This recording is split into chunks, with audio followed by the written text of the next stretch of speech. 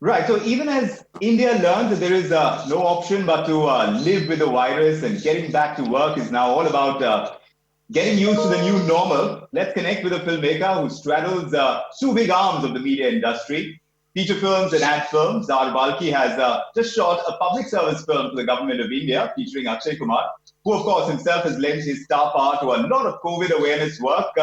But what was the experience like getting back to work? Let's find out from Balki himself. Balki, great to have you with us. Thanks for making the time. Pleasure, Vikram. Balki, at Yeah, one it was good. Yeah, no, I was just saying that at one level it can, be all about shaking off that lethargy that sets in being at home for a long time without active work, or it can be all about sheer relief, doubled by that excitement that you're able to get out of home for work. So, which one was it for you? Uh, Let me first correct you. There is absolutely no lethargy when you're at home these days Uh because you're busier than you've ever been.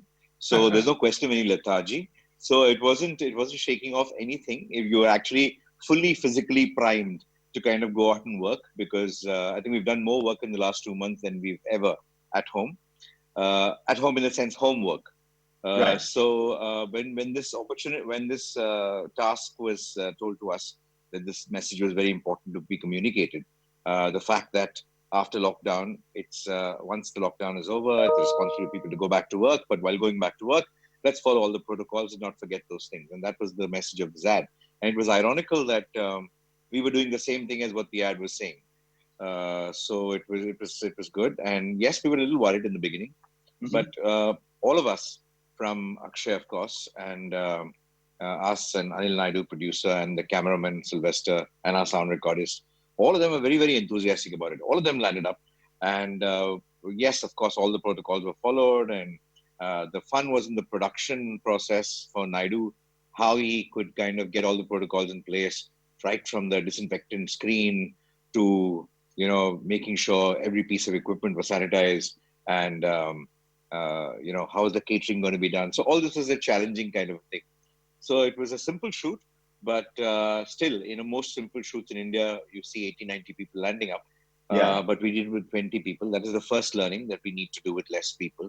hmm And of course, awareness. In the first 10 minutes, it gets a little difficult to get used to not going close to a person, making sure the mask is there because it's hot and you feel like taking off the mask every now and then, and not kind of patting somebody on the shoulder, not kind of just, touching and making sure when you say touch up to an actor, you don't make sure the makeup man actually is sanitizing whatever cloth that he's using to before he touches up. Those little moments, it takes about Yeah. 10, 15 minutes, and then you're actually like you're shooting any other film. It's just the same process. It's So the you, pre-process which is yeah. quite detailed in terms of adhering to and making sure that everybody is absolutely safe, right from transporting people to the set. So there Right. is no public transport in Bombay. So therefore, how do we transport people? How do we make sure the cars are safer? Right. Anything can happen. So that's the risk that we were taking, but we had to take that risk and do it to the best of our ability so that we get this message across. So big difference from a shoot in pre-COVID times to post-COVID. There's no taking away from that. So, like you said, there were a few challenges, but then as you get into the rhythm of it, you kind of get used to it. Is that really how it works? Because this is an unprecedented work environment, the kind you are going to face in times to come as well. So, getting used to the new normal can pose its own challenges. See, actually, the new normal, once on set, the new normal is all about staying away from keeping a distance and wearing a mask and making sure you keep sanitizing yourself every now and then. That's the new normal. Yeah. But the real normal, the real new normal is in the production process, where you make sure all the paraphernalia is there for the hygiene process. There's a doctor on set, taking the readings, temperature readings of everybody who enters the set, and making sure the vans are safe, food is safe. All that, is the process. But while on set, you get used to it very, very fast. I also ask you this on a day that the Producers Guild has offered a set of guidelines to the state government of Maharashtra on the SOPs, on the standard operating procedures they would like to function under, so that activity on, at least in this industry, can resume. You got this snapshot, if you will, of a working day in the life of an ad filmmaker with his government project. But what would you say were the larger takeaways for you for what is likely to be the future work environment, the new normal, at least operationally speaking? The first thing I just believe is we should start work really fast. Second thing is I think we should, in a feature film, of course, the planning is going to be a lot more.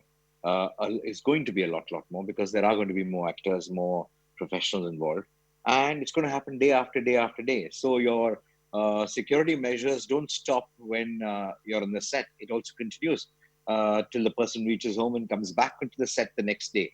Because it's if somebody falls sick, who's a key member of the unit, it could kind of really topple the proceedings completely. So we need to be really careful for security and for the safety of the producer economically too, Right. to ensure that we kind of take all possible steps and day after day after day. There needs to be a separate department to do this, and so I think production there'll be a COVID department which will kind of handle every security measure.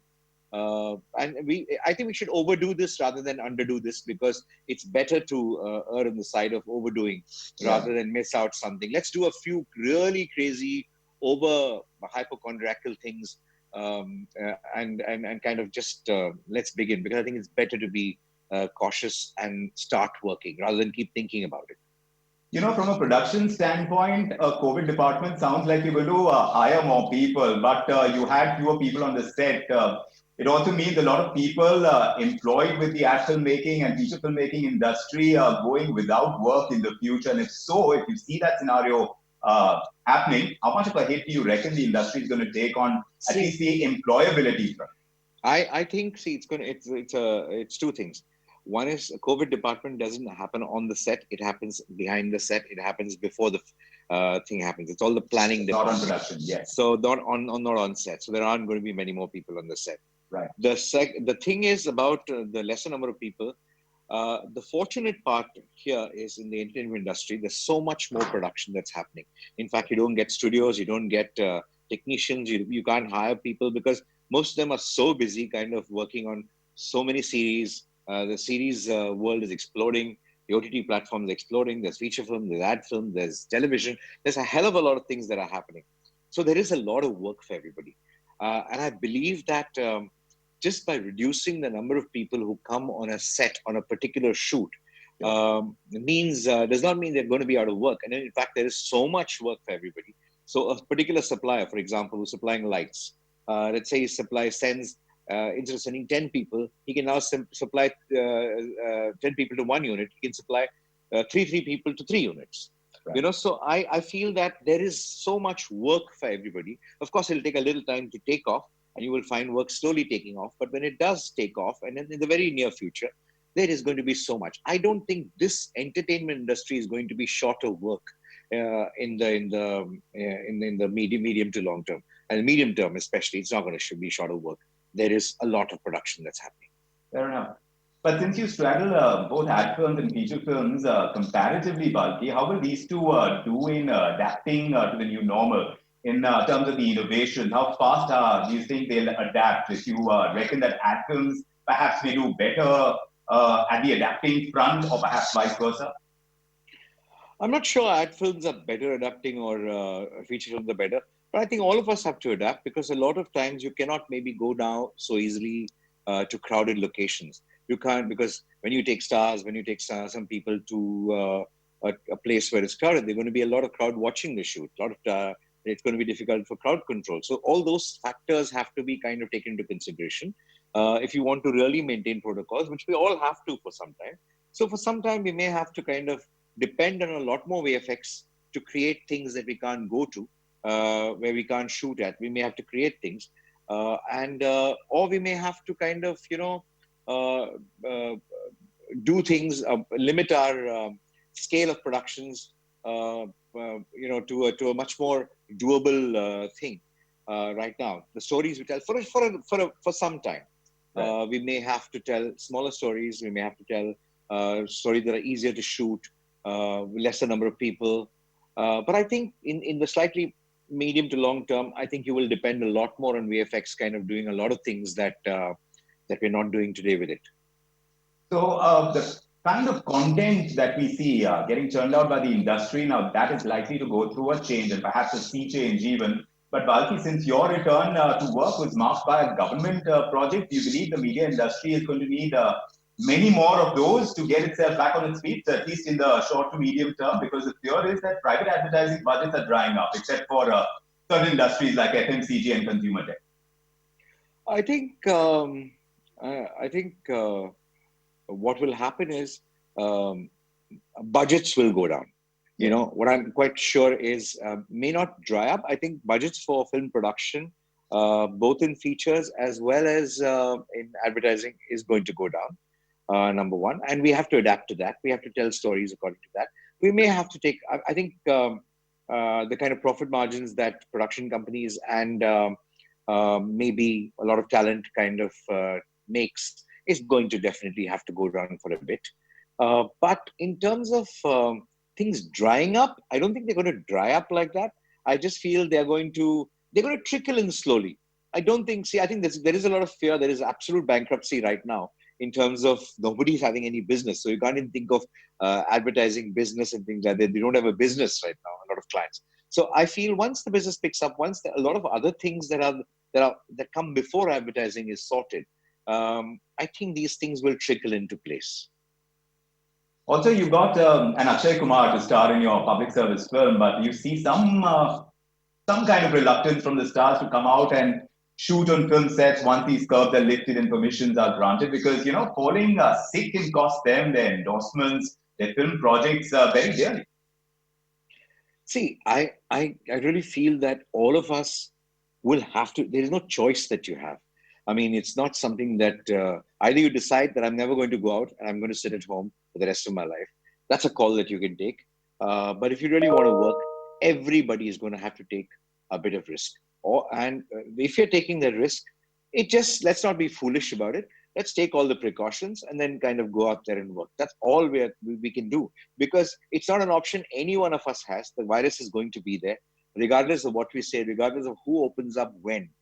It's going to be there, and we will have to live with it. And that's what we are discovering, and that's what every business is discovering. And the sooner we accept it, digest it, and move on, the better for all of us. But of course, there will be lots of changes, and you did mention that content is likely to go through a change as well. So, how are the economics of film production likely to change according to you? content Pre is and going post. to go Yeah. content is going to go through a little bit of change in the beginning, because it's going to be, let's have easily manageable stuff. Let's have controlled environments. Let's not kind of go to, you can't fly down here and there to shoot this.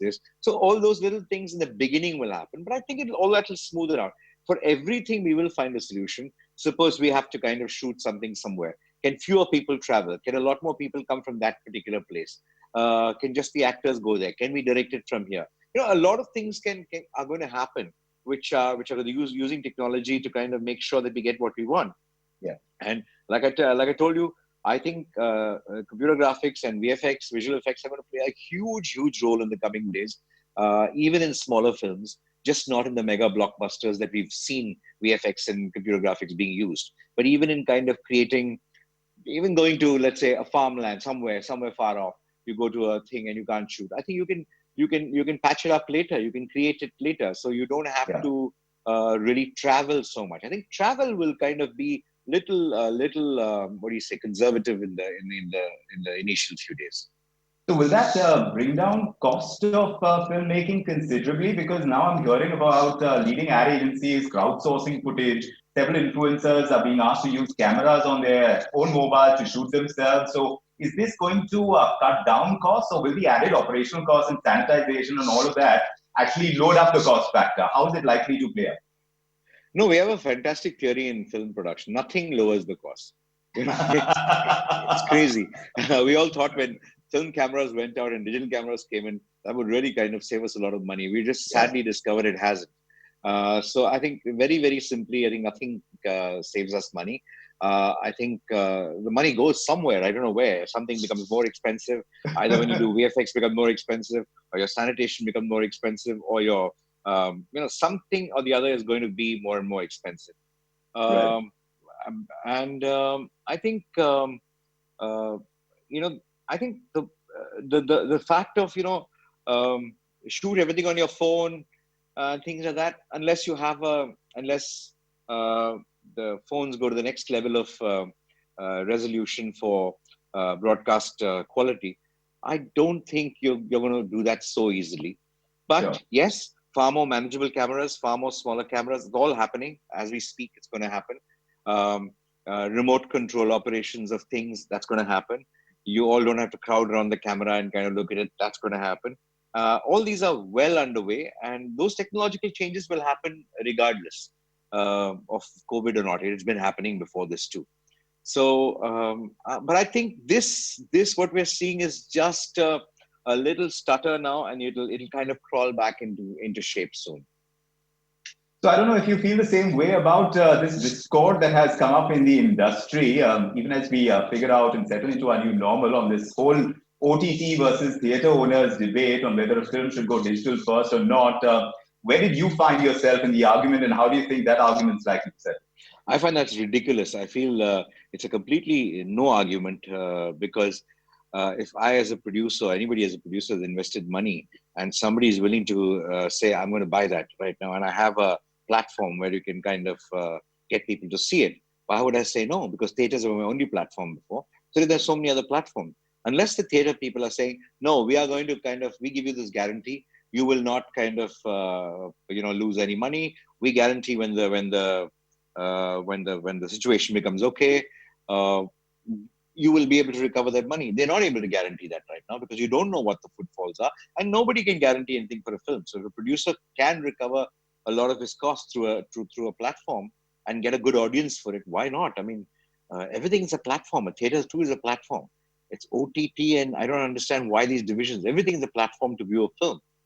So it depends on what kind of a film and what the filmmaker's ambitions are.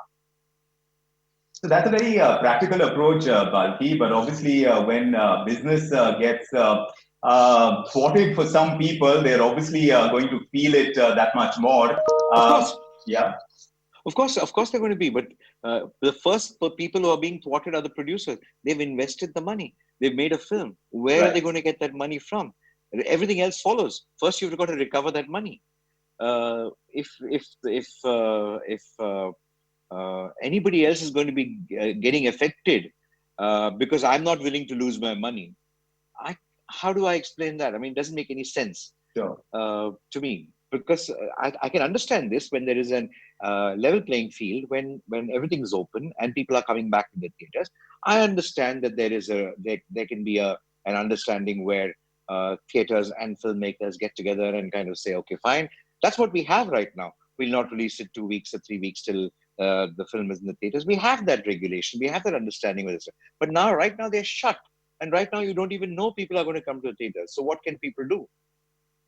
Well, what people can do is really find ways and means through this crisis because, and if not Indians, then who? Because it's all about that Jugadu attitude, right? You have to be able to come up with new innovations, strategies to make it work at the end of the day. So when No, you're but going back to work, huh?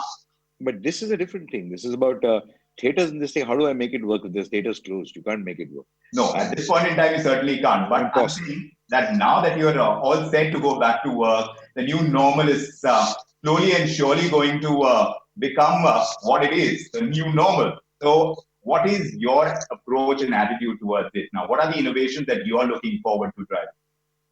I think in all this confusion, not forgetting what we're doing in terms of the film that we're making. I think that's the most important. We still have to make the film that we want to make with the constraints that we have.